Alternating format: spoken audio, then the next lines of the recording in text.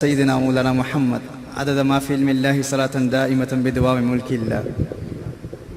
الحمد لله رب العالمين والصلاة والسلام عليك يا صفوة الأنبياء والمرسلين. أما بعد فأعوذ بالله من الشيطان الرجيم. بسم الله الرحمن الرحيم. قال الله تبارك وتعالى في القرآن الكريم: اليوم أكملت لكم دينكم وأتممت عليكم نعمتي ورضيت لكم الإسلام دينا. صدق الله العظيم وبلغنا على رسوله النبي الكريم. وقد صدقت أنت يا سيدي يا سيدي يا سيدي يا مكي يا مدني يا عربي يا قرشي يا هاشمي ويا سيدنا يا سيدنا يا سيدنا يا حبيبنا يا طبيبنا يا حبيب المصطفى المجتبى صلى الله عليه وسلم. اللہ کے صدر احترام علماء کرام، مشائخ اعظام، ارباب علم و بصیرت، صاحبان عقل و دانش، طلاب العلم، میرے دوستوں، بھائیوں، بزرگوں، السلام علیکم ورحمۃ اللہ وبرکاتہ. میں دل کی اتھا گہرائیوں سے ہدیہ تہنیت و تشکر پیش کرنا چاہوں گا حضرت قبلہ دکتور الشیخ ظفر الحق بندیالوی صاحب حافظہ اللہ کی بارگاہ میں، اور جناب قبلہ نوار الحق صاحب اور حضرت کے تمام صاحبزادگان اور اس عظیم میکدۂ علم و تربیت کے مدرسین، علماء کرام، منتظمین کی بارگاہ میں، جنہوں نے آج مجھ گنہگار کو یہاں پر مدعو کیا. حقیقت ہے میں اپنی ذات میں اس چیز کا استحقاق نہیں دیکھتا کہ اتنے عظیم علماء کی بارگاہ میں کلام کروں. میں فقط زیارت کے لیے حاضر آیا تھا، گزشتہ پچھلی مرتبہ بھی آیا. میری خواہش تھی کہ حضرت کی زیارت ہو جائے، اور آج الحمدللہ جس طرح میں نے وہاں کہا کہ میری زندگی کا حسین ترین دن ہے کہ حضرت شیخ قبلہ عبدالحق صاحب بندیالوی حفظہ اللہ تعالی کی زیارت کا شرف حاصل ہوا. حضرت نے خطاب کے حوالے سے فرمایا اور میرے متعلق تو بہت کچھ فرما دیا. معرہ ہوں ہنر سے میں، سراپا عیب ہوں اکبر، عنایت ہے احبہ کی اگر اچھا سمجھتے ہیں. احبہ کی اگر اچھا سمجھتے ہیں. نہ خریدار کا حصہ ہوں نہ حق بائے کا، نہ خریدار کا حصہ ہوں نہ حق بائے کا، میں وہ دانہ ہوں جو گر جائے کفے میزاں سے. آپ تو سمجھ گئے، شاید یہ نہیں سمجھے. تو یہ فرما رہے تھے پتہ نہیں اسے پنجابی بھی آتی ہے یا نہیں. تو برطانیہ میں انگلش بولنے والا ٹھیک سے اردو بھی بول لے تو اس کی ہمت ہے، لیکن آپ کی طبیعتوں کی ضیافت کے لیے میاں صاحب کے کلام کے چند اشعار بھی پیش کرتا ہوں. اب لہجہ میرا ایسا نہیں ہے پنجابیوں والا، لیکن آپ کی محبت ہے. اگر لہجے میں کوئی گڑبڑ ہو گئی، اوپر نیچے الفاظ ہو گئے، تو چونکہ پنجابی میری زبان نہیں ہے تو پتل سونے نال نہ رلدا، سرمے نال نہ کولے، کاواں دی کی جا محمد جس تھاں بلبل بولے. تو جہاں باغ طیبہ کی جی بسم اللہ، تو یہاں سرمے نال نہ کولے، کاواں دی کی جا محمد جس تھاں بلبل بولے. تو جہاں باغ طیبہ کی حسین بلبلیں اپنے انداز دلبرانہ میں کونین کے والی صلی اللہ علیہ وسلم کی عظمتوں کے ترانے الاپتی ہوں، وہاں مجھ کوے کی کائیں کائیں کوئی معنی نہیں رکھتی.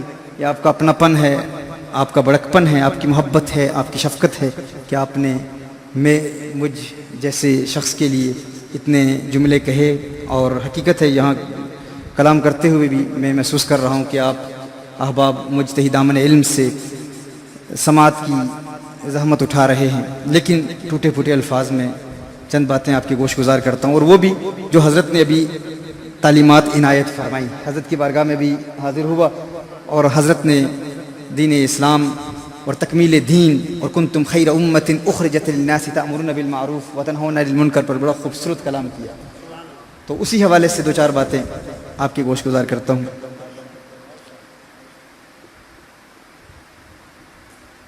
اللہ جل وعلا ارشاد فرماتا ہے کہ آج کے دن اکملت لکم دینکم، میں نے آپ کے لیے دین کو مکمل کر دیا. اچھا، جب میں یہاں آ رہا تھا تو ختم نبوت کے بھی نعرے لگ رہے تھے، تاجدار ختم نبوت. اس انداز دلبرانہ سے آپ ماشاءاللہ نبی کریم صلی اللہ علیہ وسلم کی ختم نبوت پر بھی کلام کر رہے تھے. تو اس حوالے سے بھی دو چار باتیں حضرت نے جو تعلیمات ارشاد فرمائی، کوشش کرتا ہوں ان تمام کا امتزاج پیدا کر کے چند باتیں آپ کی بارگاہ میں پیش کروں. تو یاد رکھیے تکمیل دین کے بعد کسی نئے نبی کی ضرورت نہیں ہوتی. جب دین مکمل ہو جائے. امام قرطبی علیہ رحمہ نے ارشاد فرمایا کہ ماضی کی امتوں میں 72 فرقے تھے، اس امت میں 73 فرقے کیوں ہیں، ایک زائد کیوں ہے؟ تو فرمایا کہ ماضی میں 72 اس لیے تھے کیونکہ ماضی میں جب ایک نبی جاتا اور امتوں میں اگر کوئی دین کی تعلیم کو تبدیل کرنے کی کوشش کرتا، دین کے خوبصورت چہرے کو مسخ کرنے کی کوشش کرتا، تو ایک نیا نبی آ جاتا. اب اس امت میں چونکہ نبی کریم صلی اللہ علیہ وآلہ وسلم کے بعد کسی دوسرے نبی کے آنے کا امکان نہیں ہے. حضور آ گئے، اب حضور کے بعد کوئی دوسرا نہیں آئے گا. تو ماضی میں کیا ہوتا؟ نبی آ جاتا، اس امت میں کوئی نیا نبی تو نہیں آئے گا. تو نبی کریم صلی اللہ تعالی علیہ وآلہ وسلم کی ذات معصوم ہے، اور حضور کا کلام بھی معصوم ہے، اور حضور کی جماعت من حیث الجماعت معصوم ہے. یعنی فردن ہر صحابی معصوم نہیں ہے، لیکن جس بات پر صحابہ کا اجماع ہو جائے، اس امت کا اجماع ہو جائے، اور اجماع کا معصوم ہونا اس امت کی خصوصیت میں سے ہے. ماضی کی امتوں میں اجماع نہیں تھا، نہ ہی مجتہدین ہوا کرتے تھے، نہ ہی مجددین ہوا کرتے تھے. یہ اس امت کا طرہ امتیاز ہے، خصوصیت ہے کہ اس میں مجددین بھی ہیں، مجتہدین بھی ہیں، اور اجماع معصوم بھی ہے. ماضی میں ایک نبی جاتا، دوسرا نبی معصوم آ جاتا. اب نبی تو نہیں آئے گا، اب اجماع معصوم آئے گا. یہ اجماع معصوم ہے کہ اگر ہم کسی ذہنی ارتباک اور خلش کا شکار ہو جائیں تو علماء کے اجماع کو دیکھیں گے، مجمع علیہ مسائل کو دیکھیں گے، جس پر یہ علماء متفق ہو گئے ہم اس بات کو قبول کر لیں گے. تو کہا چونکہ ماضی میں اجماع نہیں تھا، مجتہدین نہیں تھے، مجددین نہیں تھے، اس امت میں اجماع بھی ہے اور مجتہدین کا اجماع ہے. مجتہدین کا اجماع ہے چونکہ ماضی میں مجتہدین نہیں ہوا کرتے تھے، مجتہدین کا اجماع نہیں ہوا کرتا تھا. نبی آ جاتے ہیں، ایک نبی جاتا دوسرا نبی آ جاتا. اس امت میں نبی تو نہیں آئے گا، کون آئے گا؟ مجتہد آئیں گے اور وہ اجماع کریں گے. تو جب مجتہدین ہوں گے تو پھر مجتہدین کے منکرین بھی ہوں گے. کیا سن رہے آپ؟ میں کیا عرض کر رہا ہوں؟ مجتہدین ہوں گے تو مجتہدین کے منکر بھی تو ہوں گے نا. کہا یہ جو زائد فرقہ ہے یہ مجتہدین کے منکرین کا فرقہ ہے. یہ 73 ہے نا، یہ اس لیے ہیں کیونکہ اس امت میں مجتہد بھی ہیں، اور مجتہد ہیں تو مجتہدین کے منکر بھی ہیں. جب مجتہدین کے منکر ہوں گے تو وہ زائد 73واں فرقہ، ایک ایکسٹرا ایڈیشنل فرقہ جو ہوگا وہ ان کا ہوگا. تو میں یہ کہا کرتا ہوں اس امت میں 73 فرقوں کا وجود بھی ختم نبوت کی ایک دلیل ہے کہ ماضی میں 72، اس میں 73، 72 جہنمی، ایک جنتی، فقط ایک ہی جنتی، اور کوئی جنتی نہیں ہے. لوگ اتحاد کی دعوت دیا کرتے ہیں تو ہم کہا کرتے ہیں اتحاد جو ہے نا یہ جنتیوں میں نہیں ہو سکتا. یعنی جنتی تو ایک ہی ہے نا. بھئی اتحاد کے لیے کم از کم شرط 2 کی ہوتی ہے. ایک بندہ کس سے اتحاد کرے گا؟ اتحاد کرنے کے لیے شرط یہ ہے کم از کم 2 ہوں گے تو اتحاد کریں گے نا. ایک جنتی ہے، وہ کس سے اتحاد کرے گا؟ اتحاد وہ کرے گا جو 72 میں ہوگا. 72 آپس میں اتحاد کر سکتے ہیں. پتہ چلا اتحاد کرنا بدعقیدہ سے یہ جہنمیوں کا طریقہ ہے، جنتیوں کا طریقہ نہیں. کیوں؟ جنتی ایک ہی ہے، ایک ہی جنتی ہے. تو اس لیے اس امت میں یہ مجتہدین کا وجود یہ بھی ختم نبوت کی ایک دلیل ہے کہ اب مجتہد آئیں گے. اب ہم نے مجتہدین کی تعلیمات پر عمل کرنا ہے، مجددین کی تعلیمات پر عمل کرنا ہے.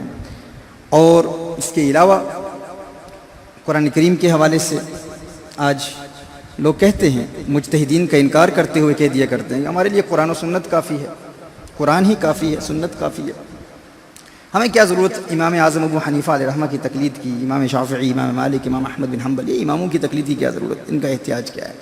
اور پھر کچھ عرب دنیا میں جب جاتے ہیں تو اباحیت پسندی کا شکار ہو کر وہ مسائل، وہ مجمع علیہ مسائل جن پر تمام امت کا اجماع ہے ان سے بھی منحرف ہو جاتے ہیں. اور ہمارے بزرگوں کا طریقہ یہ رہا ہے کہ مذاہب اربعہ کی تقلید کا انکار، اس سے انحراف، سنیت سے انحراف ہے. اگر آپ کہتے ہیں کہ ہم کسی بھی قول پر فتویٰ دے دیں گے، جس طرح آج جامعۃ الازہر کے منہج جدید میں وہ علی الاعلان کہتے ہیں۔ تو میں کہا کرتا ہوں فقط میلاد منانا انسان کو سنی نہیں بناتا، جو ضروریات مذہب اہل سنت ہیں ان کی پابندی بھی ضروری ہے۔ اگر کوئی محافل میلاد مصطفیٰ صلی اللہ علیہ وسلم کا انعقاد کرے یا رسول اللہ صلی اللہ علیہ وسلم کے نعرے لگائے اور حضور کی عظمتوں کے ترانے الاپتے ہوئے کہے کہ میں سنی ہوں، تو فقط سنی اپنے آپ کو کہنا کافی نہیں ہے۔ ہم نے دیکھنا ہے کہ ضروریات اسلام کے کسی ضروری مسئلے کا منکر تو نہیں، اور کیا مذہب اہل سنت کا پابند ہے یا نہیں۔ تو آج یہ بھی ایک بہت بڑا فتنہ ہے کہ مذاہب اربعہ سے غداری کی جا رہی ہے، اور کہا جا رہا ہے کہ ہم ابن تیمیہ کے قول پر بھی فتویٰ دیتے ہیں، کوئی فرق نہیں پڑتا۔ یہاں تک کہ ابھی جامعۃ الازہر کا جو منہج جدید ہے، میں علماء کرام علیہم الرحمہ کی بارگاہ میں عرض کرتا ہوں بہت مؤدبانہ اور ایک طالب علم کی حیثیت سے کہ آپ کے یہاں بندیال شریف سے جو علماء تیار ہوتے ہیں اور عرب دنیا میں جاتے ہیں، بہت ضروری ہے کہ سب سے پہلے ان کی تربیت کی جائے کہ وہاں کے دکاترہ سے فقط ان کے علم کی بنیاد پر متاثر ہو کر کہیں ایسا نہ ہو کہ ہم عقیدہ اہل سنت سے دور ہو جائیں۔ یہ بہت ہی اہم مسئلہ ہے، کیونکہ آج یہ فتنہ بڑی تیزی سے پھیل رہا ہے، بہت تیزی سے پھیل رہا ہے۔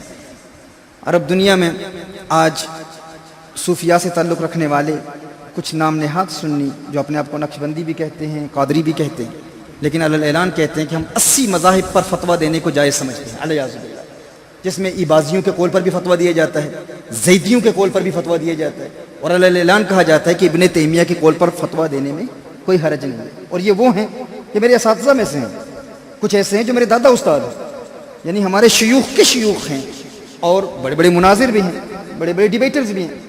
لیکن جب وہی نوجوان ہند و پاک سے عرب دنیا میں جا کر واپس پاکستان آتے ہیں، ہندوستان آتے ہیں، یا بالخصوص برطانیہ میں آتے ہیں، تو ان میں یہ آزاد خیالی دیکھ کر ہمیں دکھ ہوتا ہے، اور وہ کہتے ہیں ہمارے شیوخ جو اتنے بڑے مناظر ہیں، جنہوں نے بڑے بڑے علماء سے، بڑے بڑے گستاخوں سے ڈیبیٹس کی ہیں، کیا وہ غلط ہو سکتے ہیں؟ تو محترم بھائی اس حوالے سے گزارش کروں گا کہ اجماعی مسائل میں کبھی بھی ہم نے کسی سے سمجھوتا نہیں کرنا، کمپرومائز نہیں کرنا۔ جو مسائل اجماعی ہیں، جن پر تمام مذاہب کا اجماع ہے، مذاہب اربعہ سے انحراف اہل سنت سے انحراف ہے۔ وہ شخص بدعتی ہے، مبتدع ہے، گمراہ ہے، جو کہتا ہے کہ ان مجتہدین تک انحصار نہیں، ان مذاہب اربعہ تک دار و مدار نہیں اہل سنت کے مفتیان کرام کے فتویٰ دینے کے حوالے سے۔ اس کے علاوہ مذہب غیر پر عمل کرنے کی بھی ہم ہرگز اجازت نہیں دیتے۔ یہ بہت اہم مسئلہ ہے۔ اگر کسی شخص کو میری کتاب مسلک اعتدال پڑھنے کے بعد یہ خیال گزرا ہو کہ ہم علیاذ باللہ ایک حنفی کے لیے یہ کہتے ہیں کہ وہ مذہب غیر پر عمل کرے، یہ ہرگز ہمارا موقف نہیں ہے، ہم اس کے خلاف ہیں۔ ہم کہتے ہیں کہ تعیین مذہب کے اعتبار سے قول امام ہی کو دیکھا جائے گا۔ تعیین مذہب میں قول امام پر ہی عمل ہوگا، قول امام ہی معتبر ہوگا۔ ہاں، جہت نہی عن المنکر میں مرتکب کے اعتقاد کو دیکھا جاتا ہے۔ یعنی میں ایک مثال دیتا ہوں۔ گستاخوں کے ایک بہت بڑے عالم نے کہا، تم اپنے آپ کو رضوی بھی کہتے ہو، بریلوی بھی کہتے ہو، سنی بھی کہتے ہو، تم یہ بتاؤ کہ تمہارے امام احمد رضا علیہ رحمہ وہ کہتے ہیں کہ آلات موسیقی حرام ہے۔ امام احمد رضا رحمہ اللہ، سرکار اعلیٰ حضرت رحمہ اللہ کے نزدیک آلات موسیقی، قوالی کی محفل، جس کو ہم بڑے ناز و افتخار سے، جس کے جواز کو بھی ہم پیش کرتے ہیں اور بہت دلائل سے پیش کرتے ہیں، لیکن اعلیٰ حضرت علیہ رحمہ اس کو حرام لکھتے ہیں، اور سننے والے کی تفسیق بھی کرتے ہیں، فاسق بھی کہتے ہیں۔ کوئی اعلانیہ سنے تو اس کو فاسق معلن بھی کہا جاتا ہے۔ کہا کہ اعلیٰ حضرت رحمہ اللہ نے تفسیق کی، فاسق بھی کہا۔ تو یہ بتاؤ کہ فاسق کی تعظیم کرنے والے کا حکم کیا ہے؟ فاسق کی تعظیم کرنا، اس کا حکم کیا ہے؟ جبکہ آپ سب جانتے ہیں فاسق کی تعظیم ناجائز ہے۔ یہاں پر عظیم علماء کرام یہاں پر موجود ہیں۔ تو اعلیٰ حضرت علیہ رحمہ فاسق بھی کہیں اور پھر شیخ عبد الغنی نابلسی رحمہ اللہ جیسے بزرگ کو عارف باللہ بھی لکھیں اور فتاوی رضویہ شریف میں بار بار سیدی لکھیں، عارف باللہ لکھیں، ان کا احترام کریں، تو انہوں نے تو آلات موسیقی کے جواز پر پوری کتاب لکھی ہے. تو ایک فاسق معلن کو عارف باللہ کہنے والے کا حکم کیا ہے؟ اب یہ دیوبندیوں کا اعتراض تھا، بہت بڑا اعتراض تھا کہ ایک فاسق معلن کی تعظیم کرنا، تعظیم تو ایک، وہ تو عارف باللہ لکھ رہے ہیں، سیدی لکھ رہے ہیں، شیخ لکھ رہے ہیں، ان کا احترام کر رہے ہیں، اور فتاوی رضویہ شریف میں بار بار ان کا حوالہ دیا گیا. اعلیٰ حضرت علیہ رحمٰن نے حضرت عبد الغنی نابلسی رحمہ اللہ عارف باللہ کا بار بار حوالہ دیا. اس حوالے سے یہ بات مجھ تک پہنچی تو فقیر نے اس کا جواب بھی لکھا الحمدللہ بہت تفصیل سے. تو اس میں نے یہ کہا تھا کہ مختلف فی مسائل میں اعتبار مرتکب کے اعتقاد کا ہوتا ہے. جو جس عمل کا مرتکب ہو، اگر کسی جامع شرائط مفتی سے فتویٰ پوچھے اور وہ مفتی فتویٰ دے، اور وہ فتویٰ ظاہر مفتی باب افتاء اور باب قضاء میں مفتی مذہب غیر پر فتویٰ نہیں دے سکتا. مفتی مذہب غیر پر فتویٰ نہیں دے گا، وہ اپنے مذہب کی روشنی میں ہی فتویٰ دے گا. اگر مسئلہ مختلف فی ہے تو کوئی مفتی فتویٰ دیتا ہے تو وہ بندہ، وہ عامی جس کو علم نہیں ہے دین اسلام کے علوم سے، وہ آگاہ نہیں، اس نے مفتی سے فتویٰ پوچھا. اب یہاں تک ہمارے علماء نے صراحت فرمائی ہے کہ افضل مفتی کی موجودگی میں مفضول مفتی کے قول پر عمل کرنا بھی اس کے لیے جائز ہے.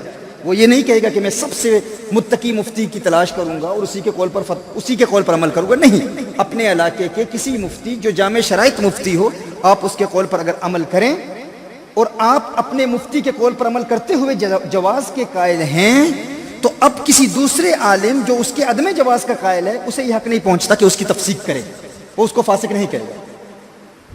اب اگر کوئی فاسق کہتا ہے تو وہ تفسیق عمومی ہوگی، وہ خاص تفسیق نہیں ہوگی.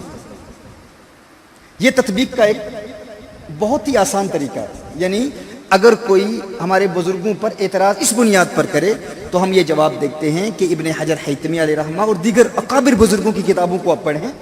اس میں اسی کتاب کے یہ اعلیٰ حضرت امام احمد رضا محدث بریلوی رضی اللہ تعالیٰ عنہ نے فتاوی رضویہ میں متعدد جگہ الحدیقۃ الندیہ کی اس عبارت کو استدلال کے طور پر نقل کیا اور اس پر اعتماد فرمایا.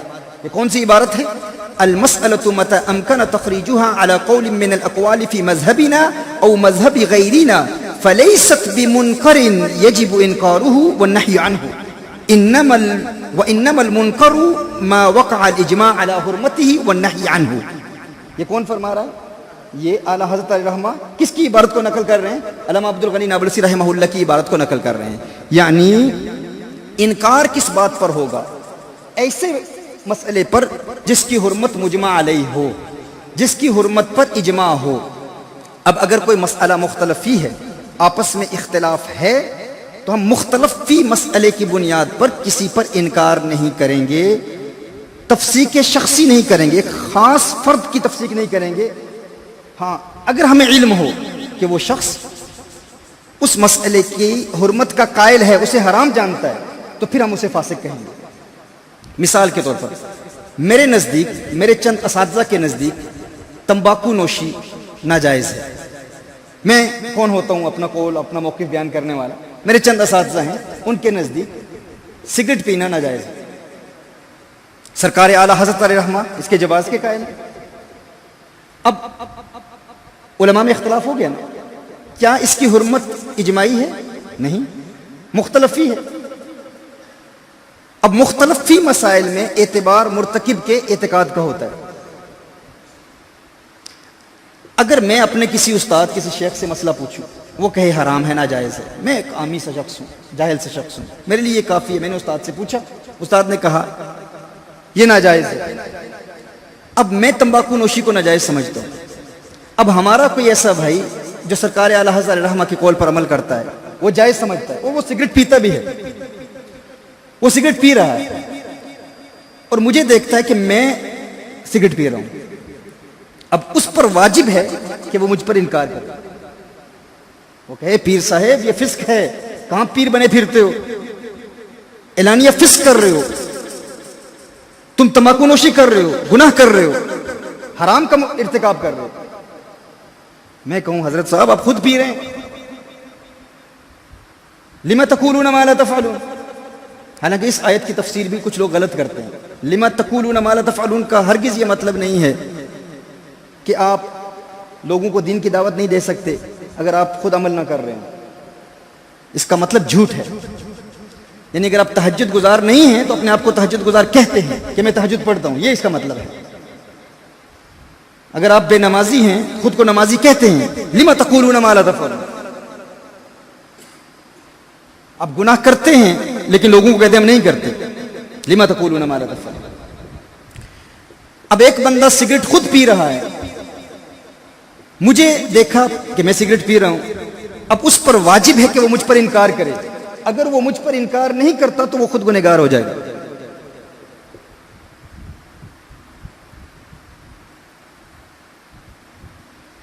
اب میں کہوں کہ مولانا آپ خود سگریٹ پی رہے ہیں اور مجھ پر انکار کر رہے ہیں، تو وہ کہے گا کہ مختلف فی مسائل، اختلافی مسائل میں اعتبار مرتکب کے اعتقاد کا ہوتا ہے کہ جو ارتکاب کر رہا ہے، جو خود عمل کر رہا ہے، اس کا اپنا اعتقاد کیا ہے. اگر وہ اس کی حرمت کا قائل ہے تو اس کے لیے حرام ہے. اگر اس بندے کو پتا ہو کہ میں اس کی حرمت کا قائل ہوں، میں اسے حرام جانتا ہوں، اب اس پر واجب ہے کہ وہ مجھ پر انکار کرے. میں یہ نہیں کہہ سکتا کہ تم کیوں سگریٹ پی رہے ہو، مجھ پر انکار. وہ کہے گا میں تو سرکار اعلیٰ حضرت علیہ الرحمہ کی تعلیمات پر عمل کرتے ہوئے میں تو اس کے جواز کا قائل ہوں، میرے لیے جائز تمہارے لیے حرام. یہ ایسے ہی ہے جیسے گوہ کا گوشت، کیا حنفی کھا سکتا ہے؟ حنفی کے لیے ناجائز ہے. کیا شافعی کھا سکتا ہے؟ کھا سکتا ہے. اب اگر کوئی شافعی کسی حنفی کو گوہ کا گوشت کھاتے ہوئے دیکھے، اس پر لازم ہے کہ حنفی پر انکار کرے. حنفی نہیں کہہ سکتا کہ تو انکار کرنے والا کون ہے، تو خود کھا رہا ہے. وہ کہے گا چونکہ میرے مذہب میں ناجائز ہے لیکن میرے مذہب میں جائز ہے، تیرے مذہب میں ناجائز ہے. اب اگر میں تجھ پر انکار نہیں کروں گا تو میں خود گنہگار ہو جاؤں گا، لیکن میرے لیے جائز ہے. تو جس طرح ائمہ میں اختلاف کی بنیاد پر اس مسئلے کو دیکھا جاتا ہے، اسی طرح احناف میں وہ مسائل جو آپسی مختلفی مسائل ہیں ان میں بھی اعتبار مرتکب کے اعتقاد کا ہوتا ہے. اب بات سمجھ رہے ہیں نا؟ میں ایک ایسا اصول پیش کر رہا ہوں جس کی بنیاد پر تمام اہل سنت میں اتحاد ہو جائے گا. یعنی یہ جو ہمارے فروعی اختلافی مسائل کی بنیاد پر ایک دوسرے کی تفسیق کی جاتی ہے، گولڑوی چشتی رضویوں سے لڑتے ہیں، دعوت اسلامی والے دوسروں سے لڑتے ہیں. یہ آپس میں اختلافات کیوں ہوتے ہیں؟ اگر اس اصول کو بنیاد بنا لیا جائے. اور پھر اس کا فائدہ کون اٹھاتے ہیں؟ وہ لوگ جو اجماعی مسائل کے منکر ہیں. لوگ کہتے ہیں یہ سنی آپس میں لڑتے ہی رہتے ہیں، آپس میں جھگڑتے ہی رہتے ہیں. اور پھر کیا کرتے ہیں وہ لوگ جو اجماعی مسائل کے انکار ہیں، وہ لوگ جنہوں نے دیت کے مسئلے میں بھی گڑبڑ کی، وہ لوگ جنہوں نے العیاذ باللہ بے شمار مسائل میں، اجماعی مسائل میں اختلاف کیا. لوگ کہتے ہیں جس طرح یہ آپس میں لڑ رہے ہیں اسی طرح ان سے بھی اختلاف ہے. میں کہتا ہوں ان کا اختلاف اور ان کا اختلاف بہت مختلف ہے، زمین و آسمان کا فرق ہے. وہ اصولی مسائل کے منکر ہیں، یہ ہمارا آپسی اختلاف ہے. لیکن آپسی اختلاف کی بنیاد پر ہماری عوام کو کیا پیغام پہنچ رہا ہے؟ عوام کہتے ہیں یہ مولوی لڑ ہی رہے ہیں، ان کو چھوڑو یار، سارے ٹھیک ہے چلو کم از کم یا رسول اللہ تو کہتے ہیں. ہم کہتے ہیں یا رسول اللہ صلی اللہ علیہ وسلم کہنا کافی نہیں ہے. اگر اس بنیاد پر ان مسائل کو ہم سمجھ لیں، یہ ٹی وی کا مسئلہ ہے، ہمارے بے شمار بزرگ اس کی حرمت کے قائل ہیں، بے شمار اکابر بزرگ ہیں جو اس کی حرمت کے قائل ہیں. وہ کہتے ہیں یہ حرام ہے، ناجائز ہے. اور میرے خیال میں حضرت عطا محمد بندیالوی علیہ رحمہ بھی، بندیالوی علیہ رحمہ بھی، وہ بھی اس کی حرمت کے قائل تھے نا. حضرت بھی اس کی حرمت کے قائل تھے. میرے خیال میں سرکار تاج الشریعہ علیہ رحمہ کی کتاب پر انہوں نے کچھ تبصرہ لکھا تھا حضرت نے. تو اب دیکھیے، اب کچھ جواز کے قائل ہیں، کچھ حرمت کے قائل ہیں. یہ مسئلہ مختلف ہی ہو گیا نا. میں یہاں پر منقوش تصویر کی بات نہیں کر رہا، میں اس وقت ڈیجیٹل تصویر کی بات کر رہا ہوں. یہ جو الیکٹرانک تصویر ہے، یہ تصویر ہے بھی یا نہیں، اس پر بھی علماء کا اختلاف ہے. اب اگر کوئی کہتا ہے کہ ڈیجیٹل تصویر ناجائز ہے، الیکٹرانک تصویر ناجائز ہے، اس کی حرمت کا قائل ہے. دوسرے کچھ لوگ ہیں جو کہتے ہیں جواز، جو جواز کے قائل ہیں. مسئلہ اختلافی ہے، اجماعی ہے، اختلافی ہے نا. اب جو جواز کا قائل ہوگا اس کے لیے جائز ہوگا، جو عدم جواز کا قائل ہوگا اس کے لیے ناجائز ہوگا، کیونکہ اختلافی مسائل میں اعتبار مرتکب کے اعتقاد کا ہوتا ہے. اب آئیے اسی اصول کو استعمال کرتے ہوئے ہم اس گستاخ کے اعتراض کا جواب دیتے ہیں. اس نے کہا کہ اعلیٰ حضرت علیہ رحمہ نے فاسق کہا ہے قوالی سننے والے کو. تو ہم یہ کہتے ہیں کہ ہمارے بزرگوں کے یہ تمام فتاوا یہ مؤول ہیں، ان کی ہم تعویل کریں گے. تعویل کیا کریں گے؟ یہ طلاب العلم کے لیے یہ باتیں عرض کر رہا ہوں، علماء تو یہ سارے جواب جانتے ہیں. یعنی اگر آپ کبھی اس طرح کسی گستاخ کے سامنے آئیں جو ہمارے آپسی اختلافات کو بنیاد بنا کر آپ پر اعتراض کرے تو آپ کیا جواب دیں گے؟ وہ کہے کہ اعلیٰ حضرت فاسق بھی کہتے ہیں اور اللہ کا ولی بھی کہتے ہیں، یہ تعظیم کیوں کرتے ہیں؟ فاسق کی تعظیم کرنے والے کا حکم کیا ہے؟ تو آپ کہیں گے کہ اعلیٰ حضرت علیہ رحمہ نے حضرت عبد الغنی نابلسی علیہ رحمہ کو فاسق نہیں کہا، اعلیٰ حضرت نے قوالی سننے والے کو فاسق کہا. اعلیٰ حضرت کے اس فتوے میں عموم ہے، یہ جنرل کلام ہے، خاص تفسیق ایک فرد کی نہیں کی. یعنی اس میں تعویل یہ کی جائے گی کہ اعلیٰ حضرت علیہ رحمہ اسی کو فاسق کہہ رہے ہیں جو اعلیٰ حضرت کے فتوے پر عمل کرتے ہوئے اس کو حرام مان کر قوالی سنتا ہے، وہ فاسق ہے. وگرنہ عارف باللہ کیوں کہتے؟ وگرنہ اللہ کا ولی کیوں کہتے؟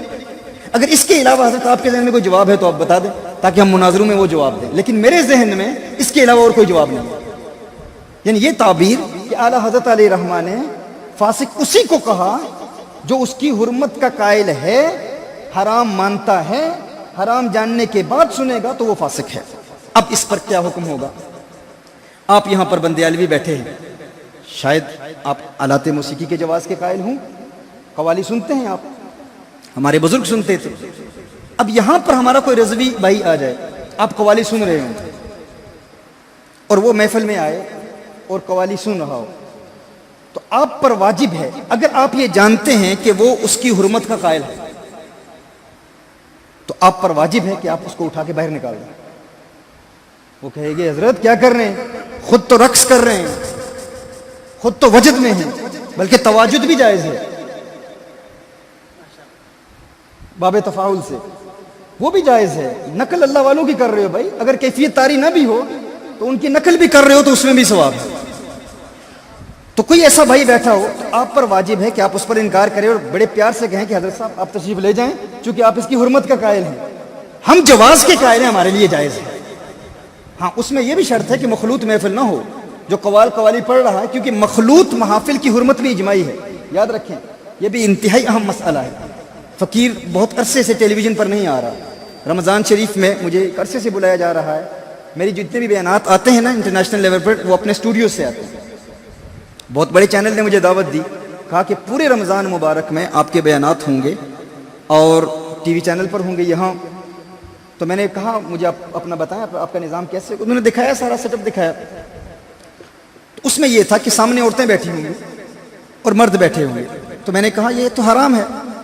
تو انہوں نے کہا کہ نہیں، بڑے بڑے مفتیان کرام رمضان شریف میں بیٹھتے ہیں،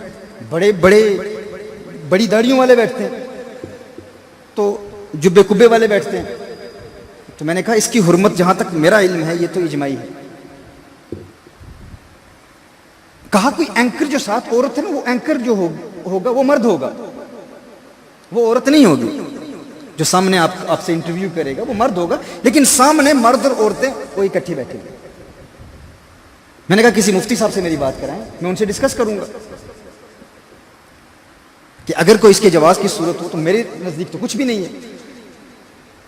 ایک مفتی صاحب نے فون کیا، اس بڑے ٹی وی چینل کے بہت بڑے مفتی صاحب تھے، بڑی گہرائی رکھتے ہیں فقہ میں، اور انہوں نے کہا دیکھو اب مسئلہ یہ بنا ہوا ہے کہ اگر تم نہیں بیٹھو گے، انہوں نے تیرا ہی انتخاب کیا اس وقت تمام اہل سنت میں کہ تم جدید مسائل پر بھی بات کرتے ہو اور نوجوان تمہیں یونیورسٹیز میں کالجز میں بھی سنتے ہیں اور علمی لوگ بھی سنتے ہیں، کتابوں سے تعلق رکھنے والے بھی سنتے ہیں. تو یہ چاہتے ہیں تم بیان کرو، اور ہمیں اس بات کی خوشی ہے کہ تم عقیدے میں پختہ ہو، تم ہمیں ریپرزینٹ کرو گے، ہماری نمائندگی کرو گے. اگر تم نہیں بیٹھو گے تو فلاں گمراہ شخص ہے وہ بیٹھے گا اور اس کو یہ بہت زیادہ پیسے بھی دے رہے ہیں، ہم پیسے بھی نہیں لیتے. ہمارا ایک نظام ہے ہماری تحریک میں، ہم علماء کی خدمت کے جواز کے قائل ہیں، لیکن ہم اپنے لیے کچھ بھی نہیں لیتے. ہم نے ایک نظام بنایا ہوا ہے کہ اگر میں یہاں جب بندیال آیا تھا تو آتے ہی مجھے ساتھیوں نے پوچھا کہ یہ کیا نظام ہے، یعنی یہ کیا سلسلہ ہے. تو یہ وہ جگہ ہے جہاں پر جب لوگ آتے ہیں نا اور یہاں ان بزرگوں کے پاس بیٹھ کر علم پڑھتے ہیں اور پھر برطانیہ جائیں، کالجز اور یونیورسٹیز میں جب جائیں تو انہیں پھر پتہ چلتا ہے کہ اس علم اور اس علم میں کتنا فرق ہے. کہا کیا؟ میں نے کہا ایک مثال دیتا ہوں کہ ایک میڈیکل ڈاکٹر، ایک اس کی مثال، اور ایک کیمبرج یونیورسٹی کے فارغ نوجوان کی مثال. کیمبرج یونیورسٹی سے اس نے فرسٹ کلاس ڈگری حاصل کی اور پھر آیا یہ کتابیں پڑھنے کے لیے. پہلے کچھ علماء سے پڑھی تو آسانی سے پڑھی، لیکن جب زنجیری ترکیب پڑھنا شروع کیا نا تو کہا یار یہ تو اتنا مشکل کام ہے، اس سے تو بہت آسان کام کیمبرج سے ڈگری حاصل کرنا ہے. تو میں نے کہا، اور حضرت کی بارگاہ بھی میں نے یہی عرض کیا ابھی، میں نے کہا کہ حضرت میں یہ جائز تو نہیں سمجھتا، بس مثال کے طور پر ان نوجوانوں کو سمجھانے کے لیے، چونکہ میری بیانات بہت سارے ایسے لوگ دیکھتے ہیں، سنتے ہیں جو بڑے فخر اور تکبر سے کہتے ہیں کہ ہم کیمبرج سے فارغ ہیں، ہم آکسفورڈ سے فارغ ہیں، ہم فلاں یونیورسٹی سے ہم نے سند حاصل کی. بڑی بڑی یونیورسٹی اور درسگاہوں کا نام لیا جاتا ہے اور مولوی کو دیکھ کر اسے نظر حقارت سے دیکھا جاتا ہے، اس کی تحقیر کی جاتی ہے، تذلیل کی جاتی ہے، کہا جاتا ہے کہ یہ تو بالکل اسی طرح ہی ہے. لیکن تمہیں کیا پتا کہ اللہ جل وعلا نے ان کو کیسا علم عطا فرمایا ہے. ایک وہ توسوی صاحب ہیں، یہاں سے گئے تھے، چھوٹے سے قد والے بزرگ جی، غلام محمد توسوی صاحب حضرت کے شاگرد ہیں نا، حضرت کے شاگرد ہیں. تو وہ جب وہاں ایئرپورٹ پر گئے تو انہوں نے پوچھا، ان سے سوال کیا کہ تم یہاں کیا کرو گے. وہ تو شاید اردو بھی بڑی پنجابی کے انداز میں بولتے تھے، لہجہ بھی ان کا ایسا تھا، لیکن ان کا وہ جملہ یادگار جملہ تھا.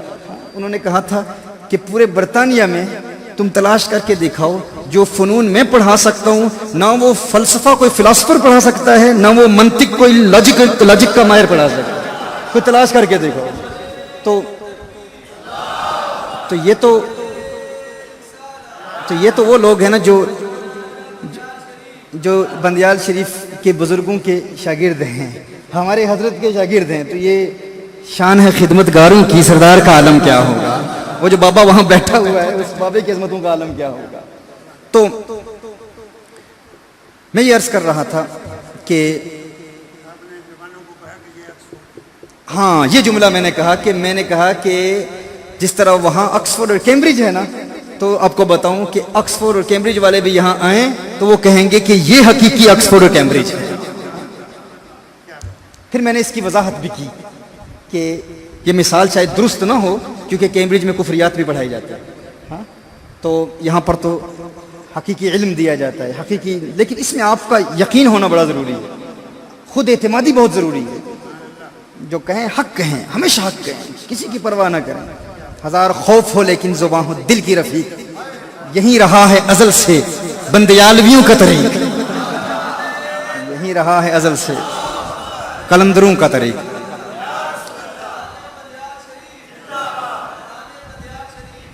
تو میں یہ عرض کر رہا تھا کہ میں نے یہی کہا کہ آپ بتائیں. تو مفتی صاحب سے میری بات ہوئی تو انہوں نے کہا بدعقیدہ گمراہ شخص بیٹھے گا، گمراہی پھیلائے گا، لہٰذا یہ حکمت ہے، اس وجہ سے تم بیٹھ جاؤ. میں نے کہا مجھے بتاؤ کسی ایک مذہب کا قول دے دو.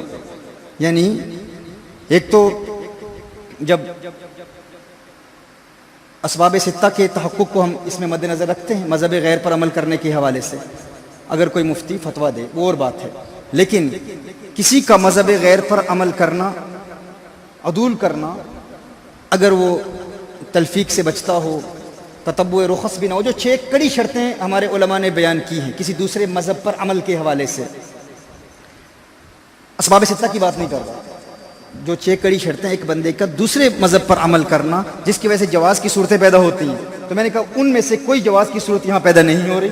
اور دوسری بات یہ ہے اگر جواز کی صورت پیدا ہو بھی تو کسی اور ایک مذہب کی روشنی میں مجھے بتا دو کہ یہ مخلوط محافل جائز ہے. میرے نزدیک یہ اجماعی حرام ہے. بتاؤ کسی ایک مذہب میں بھی جواز کی کوئی صورت پیدا ہوتی ہو. میں نے پھر علماء سے ہمارے روابط ہیں، کچھ کتابیں پڑھی، رابطے کیے. مجھے حنابلہ کا ایک قول ملا، صرف ایک قول. اس میں یہ تھا کہ اگر کفر کے پھیلنے کا اندیشہ ہو تو پھر ایسی مخلوط محفل میں جاننے کی جواز کی صورت پیدا ہوتی ہے، لیکن شرط یہ ہے کہ ہر نشست میں انکار ضروری ہے. ہر نشست میں یہ کہنا کہ میری یہ مجبوری ہے کہ اگر میں نہ بیٹھوں تو فلاں گستاخ بیٹھے گا اور وہ کفر پھیلائے گا، لہٰذا اس حکمت کی روشنی میں اس لیے میں یہاں آیا ہوں. تو میں نے کہا کیا آپ کا ٹی وی چینل مجھے یہ اجازت دیتا ہے کہ ہر نشست کے آخر میں وہ گستاخ کا نام بھی لوں اور یہ کہوں کہ میں اس لیے بیٹھا ہوں کیونکہ اگر میں نہ بیٹھتا تو وہ بیٹھے گا، وگرنہ یہ حرام تو اجماعی ہے۔ تو انہوں نے کہا نہیں نہیں یہ کیسے ہو سکتا ہے، یہ ہمارے ٹی وی چینل کی پالیسی نہیں ہے۔ میں نے کہا تو پھر یہ ہماری شریعت کی پالیسی نہیں ہے، یہ اللہ کا دین ہے، اللہ جل وعلا اسے بچائے گا۔ ہم کون ہوتے ہیں یہ دعویٰ کرنے والے کہ ہم بچائیں گے؟ تو چونکہ یہ مخلوط محافل کی حرمت اجماعی ہے، اب اس میں کوئی یہ نہیں کہہ سکتا کہ اس میں مرتکب کے اعتقاد کو دیکھا جائے گا، نہ کہ ہمارے شیخ سب ملتے ہیں، ملاقاتیں بھی کرتے ہیں، تنہائی میں عورتوں سے ملتے ہیں، وہ جواز کے قائل ہیں، نہ، جواز کا قائل اس وقت دیکھا جائے گا جب مسئلہ مختلف فی ہو، مختلفی مسائل میں مرتکب کے اعتقاد کو دیکھا جاتا ہے۔ لیکن اگر کوئی چیز مجمع علیہ حرام ہو، جس کی حرمت اجماعی ہو، تو اس میں مرتکب کے اعتقاد کو نہیں دیکھا جاتا۔ تو کہاں سے بات چلی تھی، کہاں بات چلی گئی، اور میں یہ عرض کر رہا تھا اجماعی مسائل کے حوالے سے یہ پختگی اور یہ تسلط انتہائی ضروری ہے، اور فقط یہ نہیں کہ ہم یہ کہیں کہ کوئی یا رسول اللہ صلی اللہ علیہ وسلم کہہ رہا ہے، یا کوئی یا غوث اور یا خواجہ کے نعرے بلند کر رہا ہے تو وہ سنی ہے، یہ سنیت نہیں ہے۔ سنیت کے لیے کم از کم ہمارے لیے یہ ضروری علم حاصل کرنا کہ معلوم من الدین بالضرورہ کیا ہے، ضروریات مذہب اہل سنت کیا ہیں، یہ پڑھنا ہمارے لیے ضروری ہے۔ اور جب ہم اجماعی مسائل میں پختہ رہیں گے، اور یہ حفظ دین ہے، یہ کام حفظ دین کا ہے۔ جو مقاصد الشریعہ ہے نا، 5 مقاصد الشریعہ، یعنی ہائر آبجیکٹیوز آف اسلام کہتے ہیں، یعنی اسلام کے سب سے بڑے مقاصد، اس میں سب سے پہلا مقصد حفظ دین ہے، دین کو بچانا، پھر حفظ نفس ہے، جان کو بچانا، پھر اس طرح دیگر مال کو بچانا، protection of human life, protection of intellect and centi, اور پروٹیکشن آف پراپرٹی۔ لیکن حفظ دین کے متعلق اقبال کہتا ہے کہ پھر سیاست چھوڑ کر داخل حصار دین میں ہو، پھر سیاست چھوڑ کر داخل حصار دین میں ہو۔ اقبال کہتا ہے کہ چونکہ اقبال جمہوریت کے بھی مخالف تھا نا، وہ جمہوریت کو جائز نہیں سمجھتا تھا، وہ اس کو کفری نظام سمجھتا ہے، تو اس نے کہا اس کو چھوڑ دو، تم فقط شجر دین کی آبیاری کا اہتمام کرو، جو مدارس کر رہے ہیں یہی آپ لوگ کر رہے ہیں، دین کے شجر کی آبیاری کا اہتمام کرو، اس درخت کو بچاؤ۔ کہا ملک و دولت ہے فقط حفظ حرم کا ایک ثمر، کہ اگر تم نے دین کے اصولوں کو بچایا، دین کے قواعد و ضوابط کے تحفظ کا اہتمام کرتے رہے، یہ نہیں کہ دین کے اصول کو ہی تبدیل کر دیا فقط انگریزوں کو خوش کرنے کے لیے، غیر مسلموں کو خوش کرنے کے لیے، کہ بھئی وہ کہتے ہیں کہ عورت کا پردہ یہ اچھی چیز نہیں ہے، غیر مسلم ہم سے دور چلے جاتے ہیں، متنفر ہو جاتے ہیں، وہ کہتے ہیں یہ بہت پرانی باتیں ہیں۔ اقبال کہتے ہیں سنے گا اقبال کون ان کو، یہ انجمن ہی بدل گئی ہے، نئے زمانے میں آپ ہم کو پرانی باتیں بتا رہے ہیں۔ پرانی باتیں ہیں جن کی وجہ سے دین میں الحمدللہ یہ آج مسلمانوں میں پختگی ہے۔ تو آپ میرے خیال میں شاید فن خطابت ہی سننے والے ہیں، مجھے تو بتایا گیا تھا یہ علمی باتیں سنیں گے، تو اس لیے میں نے اپنا انداز بدلا، تو میں نے کہا پرانی باتیں سناؤں، لیکن مجھے لگ رہا ہے کہ نہ وہ اہتمام میں سخن، نہ وہ میں کدے کا نظام ہے، نہ وہ رند ہے، نہ وہ ہاؤ ہو، نہ وہ دور ہے، نہ وہ جام ہے۔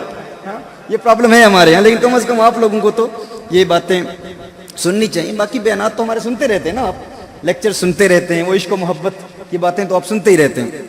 تو میں یہ عرض کر رہا تھا، اقبال نے کہا حفظ دین سب سے اہم ہے۔